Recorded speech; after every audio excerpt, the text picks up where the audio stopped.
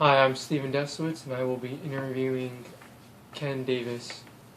Let's get started. First question, can you tell us a little bit about yourself, please? Sure. Hello, my name is Ken Davis, and I've been playing basketball or involved with basketball for over 45 years. I was born and raised in Southern California and lived in various other states, including the Southeast, and coached in on the Gulf Coast in Mississippi. Also coached in the Southern California area. Okay. Number two, why did you become a basketball coach? I loved playing the game. I started playing basketball when I was 7 years old and went through various levels of, peewees and junior high basketball. Okay. Played high school basketball.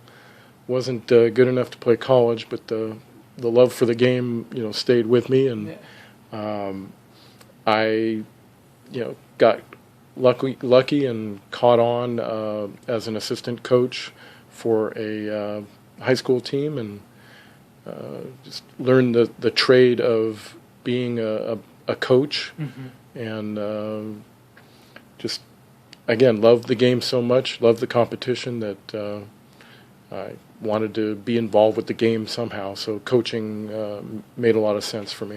Okay.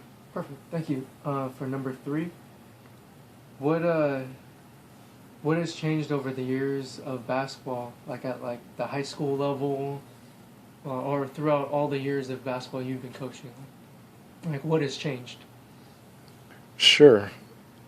Well, first of all, a lot has changed. Yeah, obviously, yeah. The rules, for one thing, have changed. When I played basketball in high school, for instance, there was no three-point line. There was no shot clock. Those were major rules changes that occurred in the 1980s, early 1980s. So when I played back in the 1970s, the game was quite different. A lot of the game revolved around getting the ball inside to a low post guy, a big guy, and not as much emphasis on outside shooting. Which is today's game, which is everything's outside now.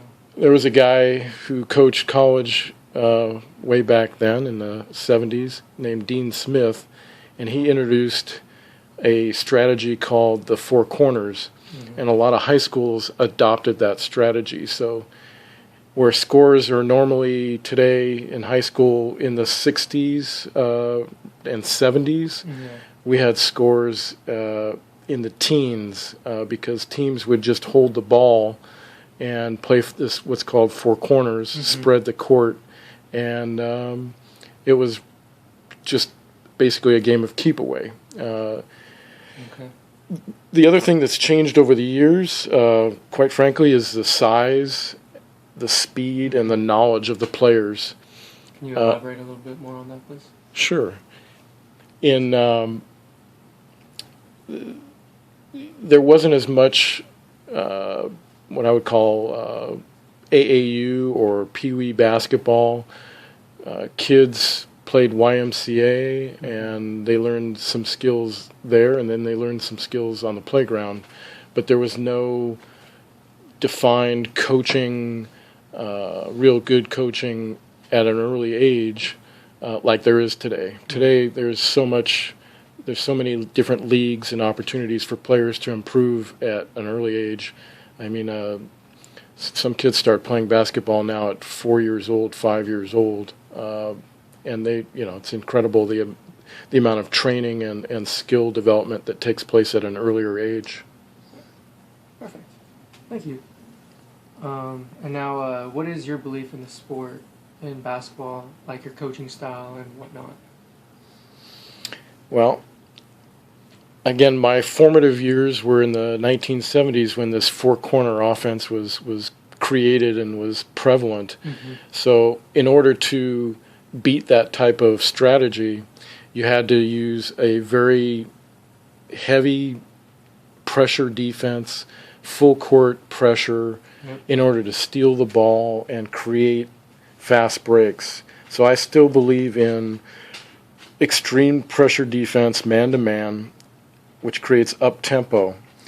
The reason I believe this is because the more easier baskets you get, the higher field goal percentage you have. The easier baskets result in layups or shots in the paint, and you're shooting at a 60-70% clip for those types of shots easily, as opposed to the three-point shots now where you're lucky if it's 30%. So again, my belief is pressure defense leads to easy baskets, which leads to more scoring and winning. Perfect. Thank you.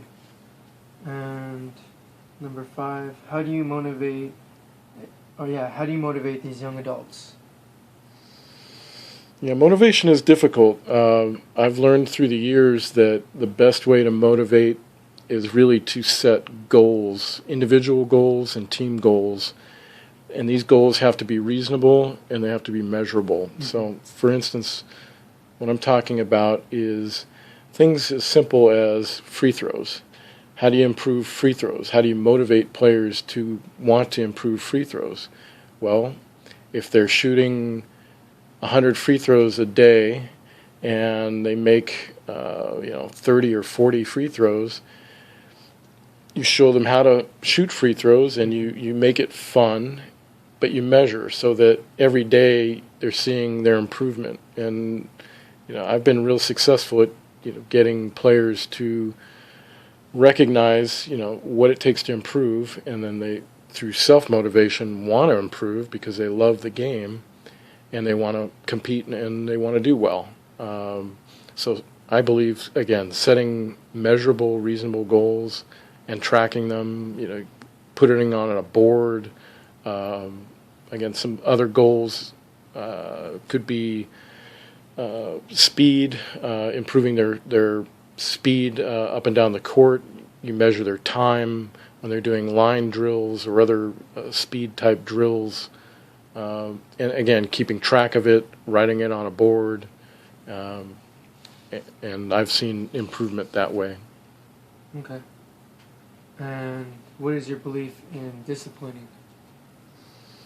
Disciplining is tricky because there's all kinds of different levels of discipline. It really depends on the severity of what the issue is.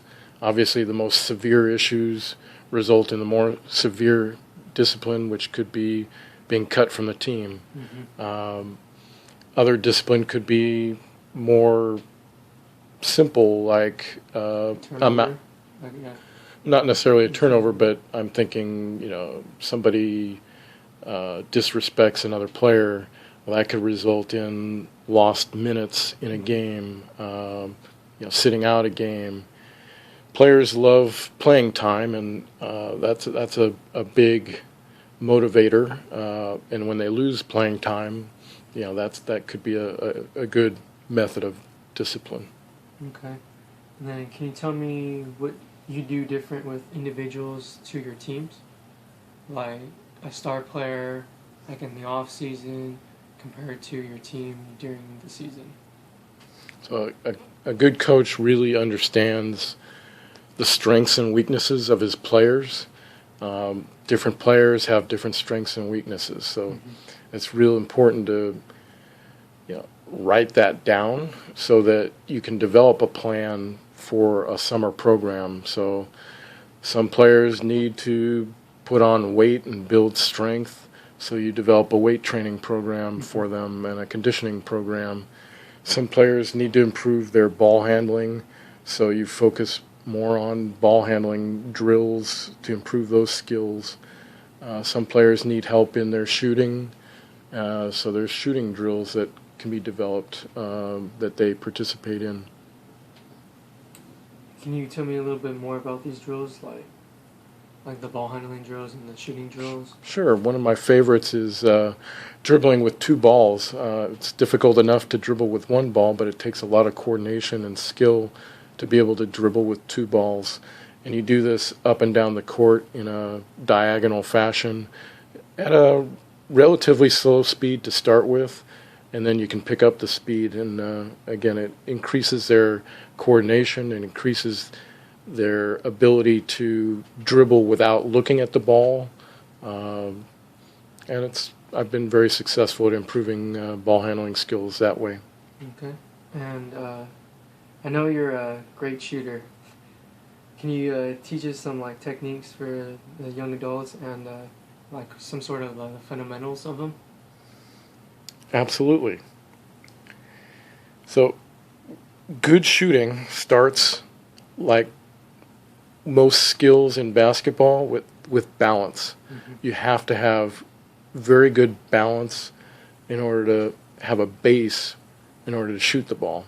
So it starts with balance. Your feet should be shoulder length apart, one foot slightly in front of the other, depending on which hand you are, whether you're right or left-handed. If you're left-handed, your right foot is usually slightly in front of your left foot. But again, shoulder length apart, creating a good base. It next starts with proper grip. And this is difficult to teach, especially younger kids, because they shoot based on feel and what feels right. Mm-hmm. But proper grip involves having your fingers along the laces or seams of the ball. And obviously, if you're catching the ball in a game, your fingers aren't necessarily going to be lined up on the seams, but you have to, through drills and training, be able to rotate the ball to a shooting position very, very quickly once you receive a pass or even from a dribble. Next, it's ball placement. Many young players place the ball, near their chest or just a little bit above their chest because, again, they don't have the strength to be able to shoot the ball from above or at the top of their head.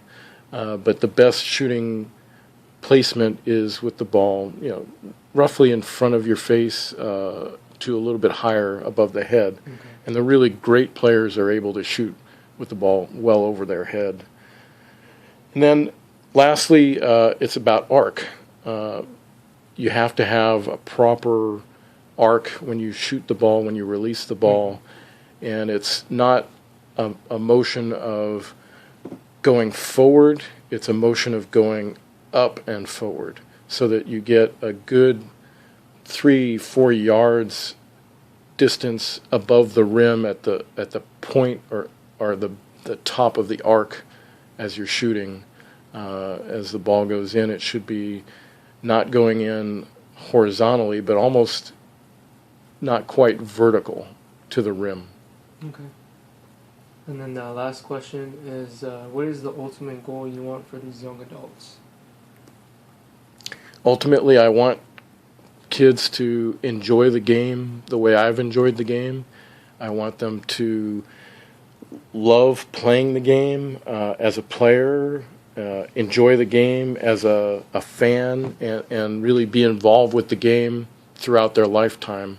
Nothing pleases me more than seeing kids that I've coached get into adult men's leagues and play the game really well beyond their school years, just for fun, for playing pickup games or playing in leagues.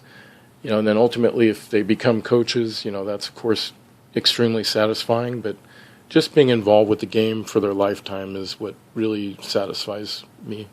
Okay. Perfect. Thank you, sir. So I could stop. Hit the red button so I could stop. Perfect. Thank you, sir. Thank you.